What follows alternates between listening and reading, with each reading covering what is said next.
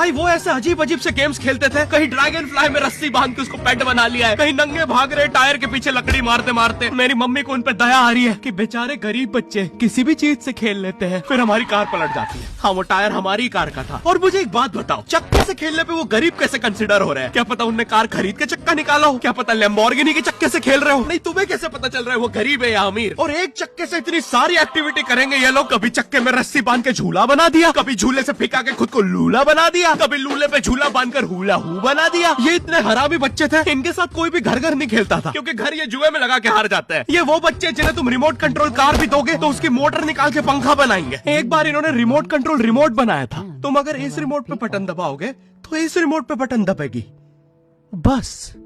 ये लोग मकर संक्रांति के दिन पतंग भी लूटते थे दुकानों से। पतंग से याद है, मैं बचपन में अपने दोस्त जनक के साथ बहुत पतंग उड़ाता था। जनक गुजराती था और गुजराती लोग तो बहुत बड़े पतंगबाज होते हैं। वो लोग गला काटने के बाद भी काहे पोचे चिल्लाते हैं। जनक मेरे घर पे इतना बड़ा गिर्रा लेके आता था पतंग उड़ाने। उस पे पता नहीं कितने 1000 किलोमीटर का मांझा लपटा होता था। हम दोनों का सपना था उस गिर्रे की पूरी ढील देना। एक बार तो गिर्रा खाली होने ही वाला था, पर वो पतंग आ तो घूम के हमारे पीछे से आ गई। हमने हमारी ही पतंग काट दी। तो इस बार हमने सोचा पतंग पूरी परपेंडिकुलर उड़ाएंगे, स्ट्रेट। हमने 2 घंटे ढील दी, वो मांझे में वेव सिग्नल आने लग गए प्राचीन भाषा में। हमें लगा हमने एलियंस ढूंढ लिया, बट फिर धीरे से वो सिग्नल क्लियर हुआ। हमें पता चला हमने कोई नासा का 100 मिलियन का टेलीस्कोप काट दिया। पतंग नीचे ले, टेलीस्कोप काट दिया।